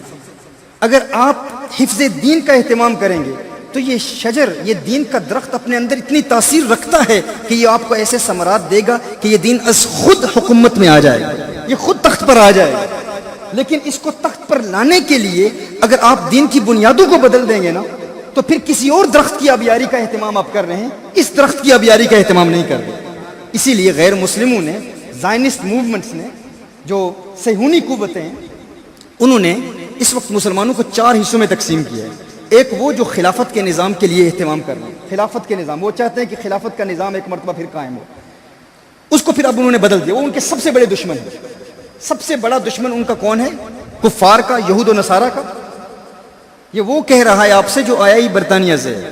الحمدللہ یہ باتیں جو میں یہاں کر رہا ہوں نا، یہ برطانیہ میں بھی کرتا ہوں الحمدللہ۔ ہندوستان میں مودی کی آنکھوں میں آنکھیں ڈال کے کہا تھا یہ، الحمدللہ۔ امریکہ میں بھی کرتے ہیں، تو ہمیں اس بات کی کوئی ڈر نہیں، کوئی فکر نہیں، آپ کو بھی کچھ نہیں ہونا چاہیے الحمدللہ۔ آپ تو یہاں پر پاکستان میں ہیں، تو یہ باتیں سنیں اور سمجھیں کہ عالم کفر اس وقت ہمارے خلاف کیا سازش کر رہا ہے، اور آپ کا کردار عالم کفر کے خلاف مستقبل میں کیا ہوگا۔ وہ بالخصوص وہ لوگ جو فنی اعتبار سے دینی درسی علوم و فنون کو اچھی طرح سمجھتے ہیں اور بندیالویوں جیسی گہرائی رکھتے ہیں، آپ کے لیے یہ پیغام انتہائی اہم ہے۔ ان کے نزدیک سب سے بڑا دشمن عالم کفر یہود و نصارہ کا وہ ہے جو مسلمانوں کی وہ جماعت ہے جو اسلام کو ایک نظام حیات سمجھتی ہے، یعنی ایک مکمل معاشی نظام، سیاسی نظام سمجھتی ہے، جو اس وقت بھی خلافت کے منہج کے لیے شب و روز کوشاں، وہ ان کے سب سے بڑے دشمن ہیں۔ ان کو مٹانے کے لیے انہوں نے کیا کیا؟ انہوں نے اپنے بندے اس منہج میں ڈال دیے، اور اسلام کو بدنام کرنے کے لیے وہ جہاد جو مقدس جہاد ہے، اس مقدس جہاد کو بدنام کرنے کے لیے اپنے بندے اس میں ڈال دیے، تاکہ ہمارے یہ مدارس کے علماء ان سے دور ہو جائیں۔ وہ جو ماضی میں ان کا منتہا نظر تھا، ان کا آبجیکٹو تھا، ان کا ہدف تھا، ان کا گول تھا کہ وہ لوگ جو خلافت کے نظام کے لیے محنت کر رہے ہیں اور اسلام کو ایک مکمل نظام حیات سمجھتے ہیں، ان کے لیے اسلام فقط نماز روزہ حج زکوٰۃ نہیں ہے، وہ چاہتے ہیں کہ اسلام کو نافذ کیا جائے، کیونکہ وہ کبھی بھی یہ برداشت نہیں کریں گے کہ ان کے نظام کے مد مقابل کوئی ایک نظام پیدا ہو، وہ اس کے سخت خلاف ہیں، وہ کبھی اس کو گوارا نہیں کریں گے۔ ان کے لیے سب سے زیادہ خطرہ کن لوگوں سے ہے؟ وہ خطرہ کن لوگوں سے محسوس کرتے ہیں؟ وہ لوگ جو اسلام کو ایک مکمل نظام حیات سمجھتے ہیں اور چاہتے ہیں کہ یہ نظام تخت پر آئے اور یہ مکمل طور پر اسٹیبلش ہو۔ یہ ان کا پہلا دشمن ہے، سب سے بڑا دشمن۔ دوسرے دشمن آپ ہیں مولوی ان کے سب سے بڑے دشمن ہیں اس وقت۔ وہ کہتے ہیں کہ یہ جو ٹریڈیشنلسٹ ہیں، آرتھوڈاکس مسلم اسکالرز، روایتی علماء جو اس دور میں بھی حفظ دین کا اہتمام کر رہے ہیں، اس دور میں بھی مدارس میں وہی پرانی کتابیں پڑھا رہے ہیں، ہر چند کے یہ لوگ اغیار کو دین میں لانے کی دعوت نہیں دے رہے، جن سے لوگ متاثر ہو جاتے ہیں۔ بہت سارے لوگ ایسے لوگوں سے متاثر ہوتے ہیں جو مناظرے کرتے ہیں، بائبل کے حوالے دیتے ہیں، ٹی وی چینلز پر آتے ہیں، لوگ کہتے ہیں یار اتنے لوگوں کو انہوں نے مسلمان کیا، بہت بڑا کمال کا کام ہے، اگرچہ وہ جن کو مسلمان کر بھی رہے ہوں، ہندوستان میں ہوں، غیر انگریزوں کو مسلمان کر رہے ہوں، دین کی دعوت دے رہے ہوں، لیکن ہمیں پتہ ہے اس میں بہت بڑی سازش ہے۔ اب پیسے دے کے بندوں کو سامنے کھڑا کرتے ہیں، وہ سوالات پوچھتے ہیں اور وہ جواب دیتے ہیں اور کہتے ہیں دیکھو اتنے لوگوں کو مسلمان کر رہے ہیں، کبھی کہتے ہیں بائبل میں یہ ہے، کبھی کہتے ہیں چیپٹر نمبر دس، ورس نمبر دس، اور اس طرح وہ لوگوں کو متاثر کرتے ہیں۔ ہمارے ہندو پاک کے عام لوگ کہتے ہیں یار یہ بڑا عالم ہے، ہمارا مولوی بیچارہ وہ مسجد میں نماز پڑھاتا ہے، اس کو کوئی سوال کرے تقابل ادیان کے حوالے سے تو وہ جواب نہیں دیتا، تو میں کہتا ہوں وہ مولوی اس سے بہتر ہے، کیونکہ وہ جو غیر مسلموں کو اسلام کی دعوت دے رہا ہے اس نے دین کی مبادیات کو نہیں پڑھا، اس نے دین کے اصولوں کو نہیں پڑھا، اسی لیے وہ بہت ساری ایسی غلطیاں کرتے ہیں، بہت سارے ایسے مسائل میں وہ خطا کرتے ہیں جس میں سننے والوں کے لیے بھی ایسے نظریات آ جاتے ہیں کہ وہ کم از کم کفر فقہی، بے شمار ایسے مسائل ہیں جن میں ہم نے دیکھا کہ لوگوں پر کفر فقہی بھی عائد ہوتا ہے لیکن انہیں پتہ ہی نہیں ہوتا، وہ اس کو غیر مسلموں کو دین کی دعوت دینے کے لیے استعمال کر رہے ہوتے ہیں۔ کفر کلامی کی بھی بے شمار ایسی مثالیں حال ہی میں آئی ہیں ٹی وی چینلز پر کہ ایک ایسا بندہ جس نے یہ دین کے علوم فنون نہیں پڑھے لیکن لوگوں کو دین کی دعوت دے رہا ہے اور اسلام کی بنیادوں کو ہی تبدیل کر رہا ہے۔ ان لوگوں سے ان کو کوئی خطرہ نہیں، وہ ان کے اعلی کار ہیں، ان کے اپنے بندے۔ خطرہ آپ لوگوں سے ہے کیونکہ آپ حفظ دین کا اہتمام کر رہے ہیں، آپ دین کی اصل بنیادوں کو بچا رہے ہیں، اور یہ حفاظت تبلیغ سے بھی زیادہ اہم ہے، غیر مسلموں کو دین کی دعوت دینے سے بھی زیادہ اہم یہ کام ہے۔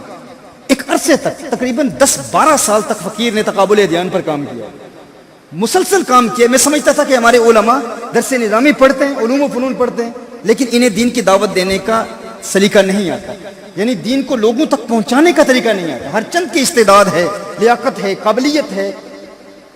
ایک مہینہ بھی ایک عالم دین بندیال کا پڑھا ہوا، وہ بندیال کا کیا، میں کہتا ہوں وہ نصاب جو بالکل بدل گئے ہیں، وہ نصاب جو بڑے کمزور نصاب ہیں، وہ نصاب پڑھا ہوا بندہ بھی اگر تقابل ادیان پر کچھ کام کرے تو بے شمار کفار کو وہ مسلمان بنائے گا جو مخلص ہیں۔ لیکن میں سمجھتا تھا کہ وہ ہمارے علماء اس کام میں نہیں، لیکن میں اس نتیجے پر پہنچا ہوں کہ یہ جو آپ کام کر رہے ہیں نا، یہ کام اس سے بھی اہم ہے، اور یہ اقبال کی فکر ہے، یہ اعلیٰ حضرت رحمہ کی فکر ہے۔ اقبال نے یہی کہا کہ اگر تم نے دین کی بنیادوں کو بچا لیا، تم صرف یہ کام کرتے رہو، یہ دین اپنے اندر اتنی اٹریکشن رکھتا ہے، اتنی تاثیر رکھتا ہے کہ تمہیں ایسے ثمرات دے گا اور تمہاری آنے والی نسلوں میں وہ پیغامات منتقل ہوں گے کہ وہ تمہاری آنے والی نسلیں ایک انقلابی فکر لے کر دین کو تخت پر لائیں گے۔ شرط یہ کہ ان کو سچا دین دیا جائے، اور وہ کام یہ علماء کر رہے ہیں۔ تو صہیونی قوتوں کے نزدیک ان کا سب سے بڑا دشمن اس وقت آپ لوگ ہیں۔ وہ کہتے ہیں کہ کہیں یہ لوگ خلافت کے نظام کے لیے کام نہ شروع کر دیں. پہلے ایک طبقہ تھا جو براہ راست خلافت کے لیے کام کر رہا تھا, اب اس میں گستاخ آ گئے, اس میں بدعقیدہ آ گئے. جب بدعقیدہ آ گئی تو روحانی قوتیں نہیں رہی, روحانی قوتوں کا اثر نہیں رہا, کیونکہ پہلے صوفیاء اور علماء مل کر کام کرتے تھے, اور صوفیاء حقیقتاً علماء ہی ہوتے ہیں, علماء ہی صوفیاء ہوتے ہیں. ہاں اگر کوئی تصوف کی حقیقت کا منکر ہو تو وہ اور بات ہے, لیکن ہر ولی اللہ عالم ہوتا ہے, ہاں لیکن ہر عالم ولی نہیں ہوتا, اور وہ عالم بھی نہیں ہوتا حقیقی جو عالم ہے. تو اگر یہ دونوں آپس میں مل گئے نا, ایک ہو گئے, یعنی یہ علماء کا وہ طبقہ جو اس وقت ان سے رابطے میں نہیں ہے, تو پھر انقلاب آ جائے گا. اگر یہ اس منہج پر چلے گئے, اور وہ منہج جس میں دین کے اصولوں کو تبدیل نہیں کیا جائے گا, تو ایک کام تو انہوں نے کر لیا. اب افغانستان میں القاعدہ کی صورت میں, طالبان کی صورت میں, کہ جہاں کبھی کچھ نظام تھا, کچھ سوچ تھی حقیقی خلافت کی, اب اپنے بندے انہوں نے ڈال دیے. اب وہی لوگ دین اسلام کو دہشت گردی سے نفی کر رہے ہیں اور دین اسلام کو پوری دنیا میں بدنام کر رہے ہیں. اب یہ لوگ چاہتے ہیں کہیں یہ طبقہ علماء کا جو ہمیشہ سے ان کا تعلق مساجد سے ہے, ان کو لوگ جمعہ کی نماز میں سنتے ہیں, انہیں کوئی ایڈورٹائزمنٹ کرنے کی ضرورت نہیں, کوئی تشہیر کرنے کی ضرورت نہیں, سینکڑوں ہزاروں لوگ ان کے بیانات سننے کے لیے آتے ہیں, تو یہ لوگ کہیں اس فکر کے ساتھ نہ مل جائیں. تیسرا طبقہ یہ ہے ماڈرنسٹ علماء, جو اجماع کے منکر ہیں. یہ ان کے اپنے بندے ہیں, ان کو یہ پروموٹ کریں گے, ان کو یہ فنڈنگ دیتے ہیں, گورنمنٹ فنڈنگ دیتے ہیں. یہ کہتے ہیں یہ ہمارے لوگ ہیں, یہ ہمارا کام کر رہے ہیں, جو اسلام کو ری انٹرپریٹ کر رہے ہیں, اسلام کی بنیادوں کو تبدیل کر رہے ہیں. یہ کہہ رہے ہیں حجاب کا مسئلہ کوئی اتنا اہم مسئلہ نہیں ہے, اجماعی مسائل اہم مسائل نہیں ہیں, ان پر بات کرنے کی اتنی ضرورت نہیں ہے. ٹھیک ہے, وقت کے بدلنے سے بہت ساری چیزوں میں تبدیلی آئے گی.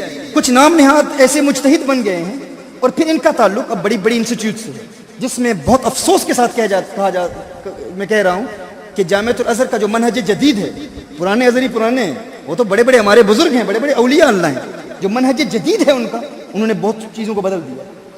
برطانیہ میں بھی, امریکہ میں بھی اب بے شمار ایسے علماء آ رہے ہیں, اور افسوسناک امر یہ ہے کہ اب پاکستان سے بھی بے شمار ایسے علماء وہاں جا رہے ہیں, جو بیچارے یہاں پر دین اسلام کے فنون کے ماہرین تھے, علم دین کی خدمت کر رہے تھے, لیکن اب وہاں جا کر چیریٹیز میں کام کر رہے ہیں, گورنمنٹ سے فنڈنگ لے رہے ہیں, نہ کتابیں پڑھا رہے ہیں, نہ علم دین پڑھا رہے ہیں, کچھ بھی نہیں, بس پیسہ کما رہے ہیں اور گورنمنٹ فنڈنگ دے رہی ہے. کیونکہ آپ لوگوں سے وہ ڈرتے ہیں. اگر آپ وہاں پہنچ گئے اور وہاں جا کر اگر آپ نے اسی اصل دین کا پرچار کیا, تو سب سے بڑا خطرہ ان کے لیے آپ لوگ. تیسرا طبقہ کون سا ہے؟ جدید ذہن. ان کی یہ فکر ہے کہ ان لوگوں کو صحیح پروموٹ کرنا چاہیے, ان پر محنت کرنی چاہیے, انہیں پیسہ دینا چاہیے, انہیں ٹی وی چینلز پر لانا چاہیے. کیوں؟ ان کے پاس اور چینل تو ہے نہیں. آپ اپنی مساجد میں تو ان لوگوں کو آنے نہیں دیں گے. یہ سوٹ میں آتے ہیں, ٹی وی چینلز پر بیٹھتے ہیں, کچھ شلوار قمیض بھی پہنتے ہیں, کچھ اور لباس بھی پہنتے ہیں, کچھ امریکہ میں, کچھ برطانیہ میں, کچھ بڑے گورنمنٹ لیول تک ان کو ٹی وی چینلز پر بھیجا جاتا ہے. آپ حیران ہوتے ہوں گے, یار ہمارے علماء تو بہت زیادہ علم رکھتے ہیں, اتنی کچی باتیں کرنے والے ٹی وی پر کیسے پہنچ جاتے ہیں؟ کیونکہ ان کو فنڈنگ, ان کی ساری مدد یہ صہیونی قوتیں یہود و نصارہ کر رہی ہیں کہ ان کو پروموٹ نہ کریں گے, ان کو مسجدوں میں تو کوئی آنے نہیں دے گا, کام یہ ہمارا کر رہے ہیں, ان کو پروموٹ کرو, یہ ہمارے بندے. یہ تیسرا طبقہ ہے. چوتھا طبقہ کون سا؟ وہ عام مسلمان ہیں, جو 5 وقت کی نماز پڑھیں گے, کبھی پڑھیں گے کبھی نہیں پڑھیں گے. ان کا اسلام کیا ہے کہ جب شادی ہوگی تو ہم 7 پھیرے نہیں لگائیں گے, ہم نکاح پڑھیں گے. جب مریں گے ہم تو ہمارے جسم کو جلایا نہیں جائے گا, جنازہ پڑھایا جائے گا. نام کے مسلمان ہیں, نام ثاقب ہے, نام عبداللہ ہے, عبد الرحمن ہے, لیکن فقط اپنے علاقے کے لوگوں کو خوش کرنے کے لیے کہ کہیں اس کو مرتد نہ کہہ دیا جائے, لوگ کیا کہیں گے میں نے اسلام کو چھوڑ دیا ہے. یہ وہ نام کے مسلمان, یہ کہتے ہیں تو بندے ہی ہمارے ہیں, ان سے تو ہمیں کوئی خطرہ ہی نہیں ہے. یہ وہ چوتھا طبقہ ہے. ان کا مشن یہ ہے کہ اس تیسرے طبقے اور چوتھے طبقے کو ملایا جائے, ان کو ایک کیا جائے, یہ ایک دوسرے کی مدد کریں اور دوسرے طبقے کو تیسرے میں شامل کرنے کی کوشش کی جائے. لیکن کہیں ایسا نہ ہو کہ دوسرا پہلے کی طرف چلا جائے. اور دوسرا طبقہ جو ہے, اس کو ہر ملک کے وزیر اعظم, پریزیڈنٹ, ان سے دور رکھا جائے. کیونکہ کچھ ممالک میں ایسی قیادت آئے گی, کوئی صدر آ جائے گا, کوئی وزیر اعظم آ جائے گا, پرائم منسٹر آ جائے گا, جو مخلص ہوگا, عین ممکن ہے جو مخلص ہو. تو مولویوں کے اس دوسرے طبقے کو کبھی بھی کسی قیادت کے قریب نہیں آنے دینا, ان کو دور رکھنا ہے, کبھی ان میں کوئی مفاہمت نہ ہو جائے, کہیں ایسا نہ ہو. کیونکہ علماء کرام بہت مشکل ہے ان کے لیے اس نہج پر ابھی اس وقت کام کرنا، ذرائع نہیں ہے، وسائل نہیں ہیں، تو کبھی ایسا بھی ہو سکتا ہے کہ کوئی ایسے ممالک میں کچھ ایسے وزیر اعظم آ جائیں، کوئی صدر آ جائے جو مخلص ہو اور اسلام کے لیے مخلص ہو، یہ ممکن ہے، یہ ہو سکتا ہے، اور اس سے شاید غلطیاں بھی ہوئی ہوں، بہت بڑے پیمانے پر غلطیاں بھی کی ہوں، شاید اس نے کفر بھی بکے ہوں، لیکن ان کو علماء کے اس طبقے کو اس سے دور رکھا جائے۔ کبھی یہ ایک ہو گئے نا تو انقلاب آ جائے گا، کیونکہ مولوی جو بات کرے گا وہ سچی بات کرے گا۔ اب یہ چار لوگ ہیں، ان میں سے بندیالوی آپ کا شمار دوسروں میں ہوتا ہے، دوسرے طبقے میں، کہ وہ لوگ آپ سے ڈرتے ہیں، اس قدر ڈرتے ہیں کہ یہ کسی بات میں، اصولی بات میں یہ کبھی سمجھوتا نہیں کریں گے کفار سے، کبھی یہ پلپلے سنی نہیں ہوں گے، یہ پختہ سنی رہیں گے، عقیدے میں پختہ رہیں گے۔ اس حوالے سے جو میں نے اقبال کا شعر پیش کیا کہ پھر سیاست چھوڑ کر داخل حصار دی میں ہو، سیاست سے مراد وہ جو گندی سیاست ہے، وگرنہ سیاست کا اسلام سے گہرا تعلق ہے، اور اقبال کی اپنی جو فکر ہے جمہوریت کے حوالے سے وہ اس کی اپنی فکر ہے، اس میں بھی کافی حد تک قائل ہوں۔ برحال اس میں ہم اختلاف اپنے بزرگوں سے نہیں کرتے، ہمارے بزرگوں کی جو رائے ہے، جو سوچ ہے، وہ علمی بنیادوں پر ہے۔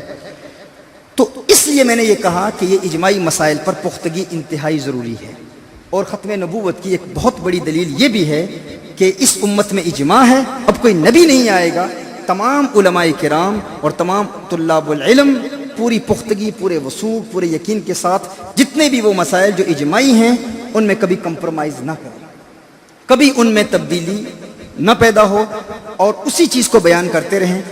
اس کی برکت کیا ہوگی؟ اس سے آپ کو نبی کریم صلی اللہ علیہ وسلم کا فیضان ملے گا، کیونکہ اب نبی کوئی نہیں آئے گا۔ قبر میں بھی یہی سوال ہوگا نا، جب آپ قبر میں جائیں گے تو حضور اکرم صلی اللہ علیہ وسلم کی ذات کے بارے میں سوال ہوگا کہ ہمارا حضور سے رشتہ کیا ہے۔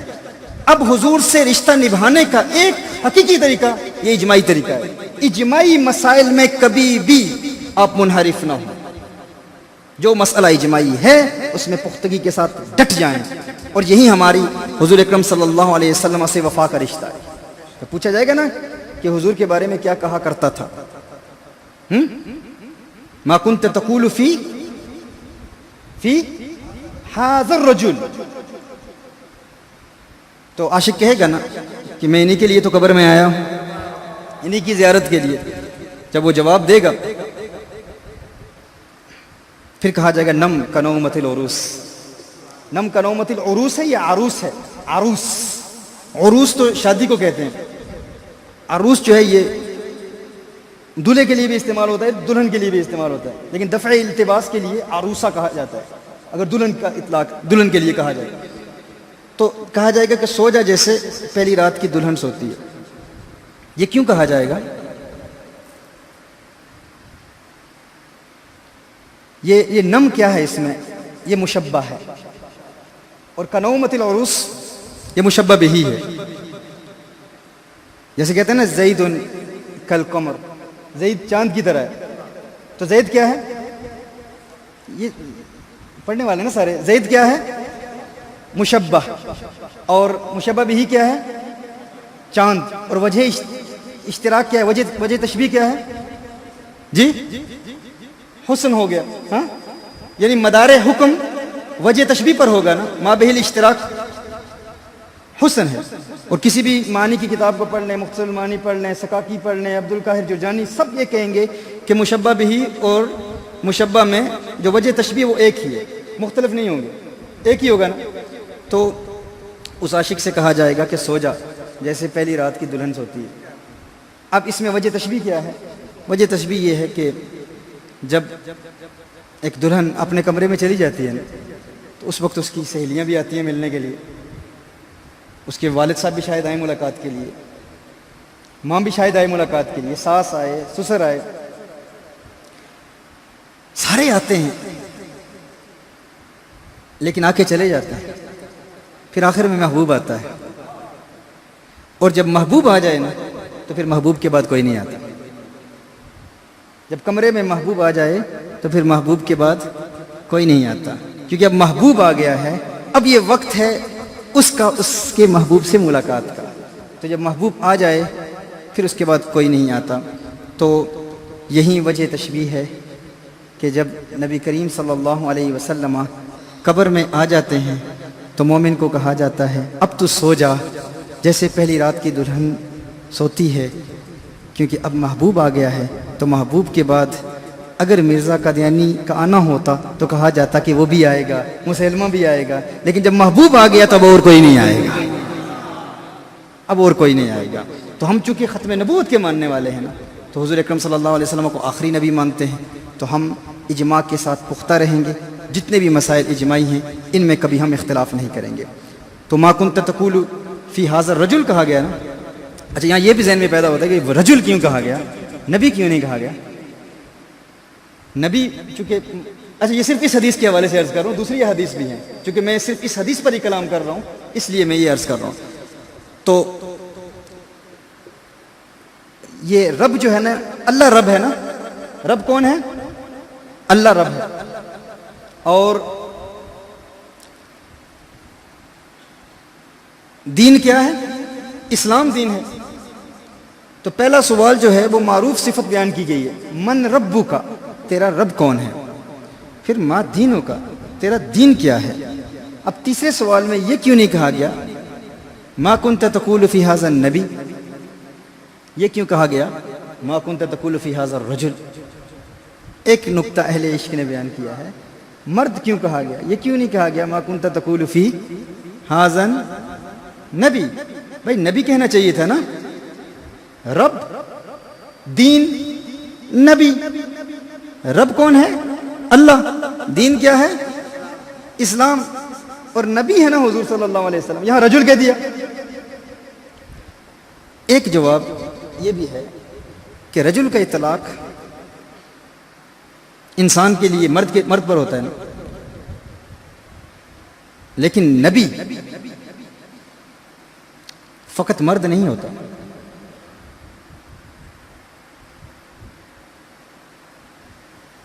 روح پر بھی نبی کا اطلاق ہوتا ہے۔ پتہ نہیں یہ مسئلہ یہاں پر آپ تک بھی پہنچا ہے یا نہیں پہنچا۔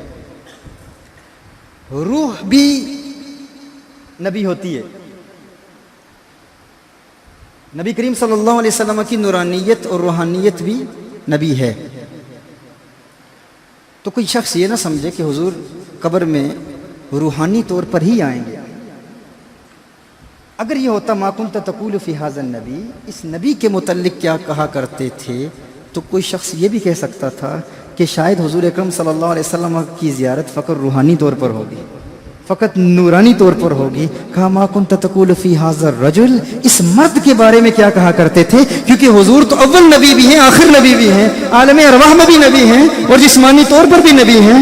تو یہ کوئی یہ نہ سمجھے کہ فقط حضور اکرم صلی اللہ علیہ وسلم کی روحانیت کا دیدار ہوگا۔ کہا نہیں، ما کنت تقول فی ھذا الرجل، اس مرد محمد صلی اللہ علیہ وسلم کے بارے میں کیا کہا۔ تو اس میں ہمارے اس مسئلے کا بھی حل مل گیا کہ حضور اکرم صلی اللہ علیہ وسلم کے نبوت اول بھی ہے۔ یہ یہودیوں کا ایک بہت بڑا اعتراض ہے۔ یہود آپ کو پتہ کیا کہتے ہیں؟ یہود کہتے ہیں، نصارہ یہ کہتے ہیں کہ مسلمان یہ کہتے ہیں کہ ہم جنت میں سب سے پہلے جائیں گے۔ مسلمان یہ کہتے ہیں کہ ہم جنت میں سب سے پہلے جائیں گے۔ یہ عدل کے خلاف ہے۔ عدل کا تقاضا یہ ہے کہ جو نبی پہلے آئے ان کی امتیں پہلے جائیں، جو نبی پہلے آئے ان کی امتیں پہلے جنت میں جائیں۔ چونکہ آپ کے نبی آخری نبی ہیں، تو جو آخری نبی ہیں، عدل کا تقاضا یہ ہے کہ آخری نبی کی امت آخر میں جنت میں جائے۔ ہم کہتے ہیں عقل کے اندھو، عقل کے ناخن لو، کاش تم اہل سنت سے عقیدہ اہل سنت سیکھتے تو تمہیں پتہ ہوتا ہمارے آقا آخری بھی ہیں، ہمارے آقا اول بھی ہیں۔ تو چونکہ آقا اول ہیں تو آقا کی امت اول جنت میں جائے، اول بھی ہیں اور آخر بھی ہیں۔ اور یہاں پر ایک ذہن میں کچھ لوگوں نے یہ بھی کہہ دیا ہمارے ساتھی، جو ہم ان پر حکم نہیں لگاتے، یہ یاد رکھیں، ان پر کسی نے حکم نہیں لگایا۔ اگر کسی نے اس بات کا انکار کیا ہے نا، پتہ نہیں آپ نے لگایا حضرت حکم، مجھے تو علم نہیں ہے کہ حکم لگا ہے یا نہیں، اگر کچھ لگا ہے تو آپ مجھے بتائیے گا، لیکن ابھی تک میرے ذہن میں ایسی بات نہیں آئی کہ حکم کفر لگے یا اس سے اہل سنت سے کوئی خارج ہو جائے۔ کیونکہ اس دن مجھے کسی نے کہا، کسی گستاخ رسول نے یہ کہا، تو میں نے کہا جو کچھ بھی ہم رد کرتے ہیں ہمارا عقیدہ وہی ہے جو اہل سنت کا عقیدہ ہے، ہمیشہ سے جو اہل سنت کا عقیدہ رہا ہے، لیکن اس بنیاد پر کسی کو کافر نہ کہے گا، کسی کی تکفیر نہ کریں۔ بہرحال یہ ہے کہ رد کریں، جواب دیں، دلائل پیش کریں۔ تو انہوں نے یہ بھی کہہ دیا کہ جو اول ہیں وہ آخر کیسے ہو سکتے ہیں، تو یہ ختم نبوت کا انکار ہے۔ اگر کوئی اس بنیاد پر کہے نا لازم آتا ہے، تو اس بنیاد پر حکم لگے گا۔ لیکن اگر کوئی صرف اپنا عقیدہ پیش کرے تو یہ ہے کہ ضرورت کیوں پیش آئی یہ بھی دیکھنا پڑے گا، آخر کیا ضرورت تھی کہ آپ نے اس مسئلے کو چھیڑا۔ تو اس میں یہ کہنا کہ اول بھی ہیں آخر بھی ہیں، تو جو اول مانے وہ آخر نہیں مانتا، اس سے پتہ چلا ہے کہ ایسا کہنے والا شاید بندیالوی فکر سے ناآشنا ہے، کیونکہ آپ تو مرکات پڑھنے والا بھی جانتا ہے الشرط لتحقق التناقض بین القضیتین المخصوصتین وحدات ثمانیہ وشرط للتحقق التناقض بین القضیتین المخصوصتین وحدات ثمانیہ۔ تناقض کے تحقق کے لیے 8 وحدتیں ضروری ہیں، یعنی میں کہوں نا کہ میں باپ بھی ہوں اور میں کہوں میں بیٹا بھی ہوں، تو تناقض کہاں ہے بھائی؟ میں کہوں میں باپ ہوں، میں کہوں میں بیٹا ہوں، کوئی کہے کہ باپ بھی ہو بیٹا بھی ہو، تناقض ہے، کنٹرڈکشن ہے۔ there is a contradiction in your statement. You're saying you're a father, you're a son. You're contradicting yourself. There's a contradiction in your statement. How can you be a father? How can you be a son? تو میں کیا جواب دوں گا؟ میں کہوں گا تناقض نہیں ہے، اس میں جہاد کا اعتبار ہوتا ہے۔ یہ بنیادی مبادیات پڑھنے والے بھی جانتے ہیں بھائی، میں اپنے باپ کے اعتبار سے بیٹا ہوں، اپنے بیٹے کے اعتبار سے باپ ہوں، تو میں ایک وقت میں باپ بھی ہوں بیٹا بھی ہوں۔ تو حضور اکرم صلی اللہ علیہ وسلم کو ہم کہتے ہیں کہ حضور اکرم، اچھا یہ لوگ بھی کہتے ہیں، انہیں کہیں نا کہ آپ کہتے ہو حضور عالم ارواح میں نبی ہیں، کہتے ہو ہیں بھی، پھر کہتے ہو نہیں بھی، کہتے ہیں پھر کہتے ہیں نہیں ہیں، تو ہم کہتے ہیں یہ تناقض نہیں ہے۔ تو اس کا شاید یہ جواب دیں کہ تناقض کے لیے 8 شرطیں ہیں، اس میں سے ایک شرط بالقوت اور بالفعل کی بھی ہے، تو شاید ان کے پاس یہ جواب ہو کہ ہمارے کلام میں تناقض نہیں ہے، اس لیے نہیں ہے کہ ہم کہتے ہیں عالم ارواح میں نبی ہیں بالقوت ہوں گے اور نہیں ہیں بالفعل نہیں ہیں، تو ہم کہتے ہیں اگر تناقض کی یہ شرطیں تم نے اپنے مسئلے کو ثابت کرنے کے لیے سمجھ لی ہیں تو ہمارے مسئلے کو ثابت کرنے کے لیے کیوں نہیں سمجھی ہیں؟ ہم کہتے ہیں حضور اکرم صلی اللہ علیہ وسلم اول نبی بھی ہیں آخر نبی بھی ہیں، اعتبارات کو دیکھو، نسبتوں کو دیکھو، جب ہم کہتے ہیں اول ہیں آخر ہیں تناقض نہیں ہے، تم کہتے ہو عالم ارواح میں نبی ہیں اور عالم ارواح میں نبی نہیں ہیں، ہم کہتے ہیں تناقض ہے، کہتے ہیں بالقوت ہیں بالفعل نہیں ہے۔ اب ہم کہتے ہیں کہ عالم ارواح میں نبی ہیں اور یہاں بھی نبی ہیں، اول بھی ہیں آخر بھی ہیں، تو کہتے ہیں اول بھی ہیں آخر بھی ہیں، تناقض ہے۔ ہم نے کہا نہیں، روح کے اعتبار سے اول ہے اور جسم اور روح کے مجموعے کے اعتبار سے آخر ہے، تناقض ختم، کنٹرڈکشن ختم ہے۔ اچھا پھر اس میں ان کے اتحاد زمان، وحدت الزمان ہے، وحدت المکان ہے، اس کے علاوہ اور بھی شرطیں ہیں، وحدت بالقوت بالفعل بھی ہے۔ تو یہ جی ہاں اول آخر اس میں زمان میں فرق ہے۔ تو اس طرح اس میں بڑی عجیب بات ہے کہ لوگوں کو یہ بات سمجھ میں نہ آئی۔ اللہ جل وعلا ہمیں اپنے عقائد میں پختگی عطا فرمائے اور ہمیں وہی پسندیدہ اہل سنت کا معروف عقیدہ کہ حضور اکرم صلی اللہ علیہ وسلم اول نبی بھی ہیں آخر نبی بھی ہیں، اس پر قائم رہنے کی توفیق عطا فرمائے، اور کبھی بھی کسی دنیا دار کو دیکھ کر، کسی بڑی گاڑی والے کو دیکھ کر، کسی یونیورسٹی کے فارغ بندے کو دیکھ کر کبھی احساس کمتری کا شکار نہیں ہونا، یار یہ تو ڈاکٹر ہے، میں مولوی ہوں، تجھے پتہ نہیں مولوی ہوتا کیا ہے، آپ کو پتہ نہیں مولوی کا مقام کیا ہے۔ ہاں یہ تو جب میدان سجے گا نا، جب بیٹھیں گے نا کسی ڈاکٹر کے ساتھ تو پھر پتہ چلے گا۔ الحمدللہ ہم دیکھ چکے ہیں، ہم نے بڑے بڑے ڈاکٹرز کو دیکھا، بڑے بڑے لوگوں کو دیکھا، خدا کی قسم وہ لوگ کپ کپی طاری ہو جاتی ہیں ان پر۔ دنیا کی یونیورسٹیز میں فلسفہ پڑھنے والا اور بندیال میں فلسفہ پڑھنے والے کا مقارنہ کر لیں، موازنہ کر لیں، خدا کی قسم 2 منٹ بھی آپ کے ساتھ وہ بات نہیں کر سکیں گے، لیکن محنت کرنی ہے آپ نے، محنت کرنی ہے آپ نے، مطلب تکرار میں محنت ہو، مطالعہ میں محنت ہو۔ یہ الحمدللہ یہ علماء کرام اتنی تعداد میں یہاں پر موجود ہیں، آپ ان سے فائدہ حاصل کریں، ان کی خدمت کریں، ان کا ادب کریں، ان کا احترام کریں، اور دیکھیں پھر انشاءاللہ یہیں چراغ جلیں گے تو روشنی ہوگی۔ اللہ جل وعلا ہم سب کو استقامت عطا فرمائے۔ میں ایک مرتبہ پھر دل کی عطا گہرائیوں سے شکریہ ادا کرتا ہوں۔ میں ویسے چونکہ آپ نے اعلان کیا، جو پروگرام تو نہیں تھا ہمارا بیان کا، اور پھر میرے ذہن میں یہ بات آئی کہ بہت کم ایسا وقت ملتا ہے، ویسے علمی باتیں بیانات میں کی جاتی ہیں، لیکن وہ جو عشق و محبت کے بیانات ہوتے ہیں ان میں بہت کم وقت ملتا ہے، اور پھر ہر جملے کے ساتھ ساتھ اشعار بھی پیش کرنے ہوتے ہیں، ایک جذباتی کیفیت بھی پیدا ہوتی ہے۔ تو میں نے پورا، جب آپ جذباتی انداز میں بات کر رہے تھے نا، تو میں نے کہا اب یہ حضرت مجھے اسٹیج پر بٹھائیں گے، لیکن ثاقب تو نے کنٹرول رکھنا ہے، یہ علماء کی محفل ہے، ادب سے بات کرنی ہے، یہاں کوئی جذباتی بیان نہیں کرنا۔ اور وہ جو آپ نے ٹیلی فون پر کہا تھا نا، وہ سارا انشاءاللہ عشق کا رنگ اور محبت کا رنگ وہ عرس کی محفل میں ہوگا انشاءاللہ، عرس کی محفل میں انشاءاللہ۔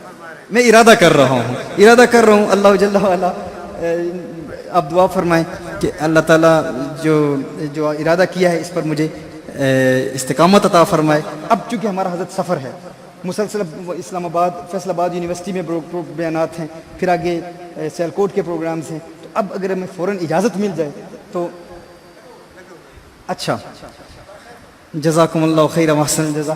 دعا آپ فرمائیں، دعا آپ، ہم دعائیں لینے کے لیے آئے ہیں۔ حضرت آپ دعا۔ اللهم صل وسلم وبارك على سيدنا مولانا محمد عدد ما في علم الله صلاة دائمة بدوام ملك الله۔ کریم بادشاہ پروردگار آج کی اس بزم کو اپنی بارگاہ میں قبول و منظور فرما یا رب العالمین۔ آج کی اس خوبصورت بزم میں جن کامل بزرگوں کی زیارت کا شرف حاصل ہوا یا رب العالمین، یہ زیارت حضرت الشیخ قبلہ استاد العلماء حضرت علامہ عبدالحق بندیالوی حفظہ اللہ تعالی کی آج زیارت ہوئی، یا اللہ یہ زیارت قبر میں ہمارے کام آ جائے، یا اللہ یہ ہماری مغفرت کا سبب بنے۔ اور آج جن عظیم علماء کرام کی بارگاہ میں حاضری کا شرف حاصل ہوا، یہ ہمارے مستقبل کے ستارے ہمارے سامنے بیٹھے ہوئے ہیں، یہ اہل سنت کا مستقبل ہیں، اہل سنت کا فیوچر ہیں یا رب العالمین۔ ان تمام نوجوانوں کو، ان تمام طلاب العلم کو علم نافع عطا فرما، علم نافع عطا فرما، عقیدہ اہل سنت و جماعت پر تا دم آخر کاربند رہنے کی توفیق عطا فرما یا اللہ۔ ہمیں اصول اہل سنت پر عمل کی توفیق عطا فرما یا اللہ۔ ہمیں تزکیہ نفس کے تمام روحانی مراحل طے کرنے کی توفیق عطا فرما۔ ہمارے مشائخ چشت اہل بہشت نے جو تعلیمات ہمیں دی ہیں، اور جتنے بھی سلاسل سے تعلق رکھنے والے ہمارے اکابر علماء موجود ہیں یا اللہ، جن جن سلسلوں سے ان کا تعلق ہے، نسبتیں ہیں، ان بزرگوں کی تعلیمات پر عمل کرنے کی توفیق عطا فرما۔ ہمیں گناہوں سے بچا یا اللہ، ہمیں پاکی عطا فرما، ہمیں ستھرے افکار عطا فرما، ستھرے نظریات عطا فرما یا رب العالمین۔ ہماری آنے والی نسلوں میں بھی کوئی بے ادب پیدا نہ ہو، کوئی گستاخ پیدا نہ ہو یا اللہ۔ با ادب زندگی عطا فرما، با ادب موت عطا فرما۔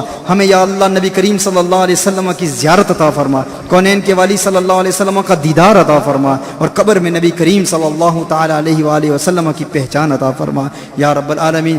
جو نیک جائز حاجات تمنائیں لیے احباب یہاں پر آج کی اس بزم میں حاضر ہیں، ان علماء کرام کی زیارت کی برکت سے یا رب العالمین ہر ایک کی نیک جائز حاجت کو پائے تکمیل تک پہنچا، ہر آنے والی بلا ٹال دے، ہر مصیبت کو دور فرما، خوشیاں عطا فرما، سکون عطا فرما، اطمینان عطا فرما، ہر قسم کی گھریلو پریشانیوں کو دور فرما یا رب العالمین۔ گھریلو ناچاکیاں، اختلافات و تنازعات کا جو لوگ شکار ہیں، ان تمام کے اختلافات کو دور فرما، ان کے گھروں کو محبتوں، چاہتوں اور الفتوں کا آنگن و گہوارہ بنا یا رب العالمین۔ آج کی اس بزم میں جو تمنائیں، جو دعائیں ان کے دلوں میں اس وقت موجود ہیں یا رب العالمین، تو دلوں سے نکلتی ہوئی تمناؤں، آرزوؤں کو جانتا ہے، ہر ایک کے دل میں موجود اسرار و رموز، پوشیدہ دعائیں، جو التجائیں ہیں، ان تمام کو جانتا ہے یا اللہ۔ تمام کی نیک جائز حاجات کو پائے تکمیل تک پہنچا یا اللہ۔ تیرے چشمہ رحمت کے سامنے ہمارے گناہوں کی کوئی حیثیت نہیں یا اللہ۔ تیری رحمتوں کے بہتے دریاؤں کی چند چھینٹیں ہی ہمارے نامہ اعمال کے غسل کے لیے کافی ہیں۔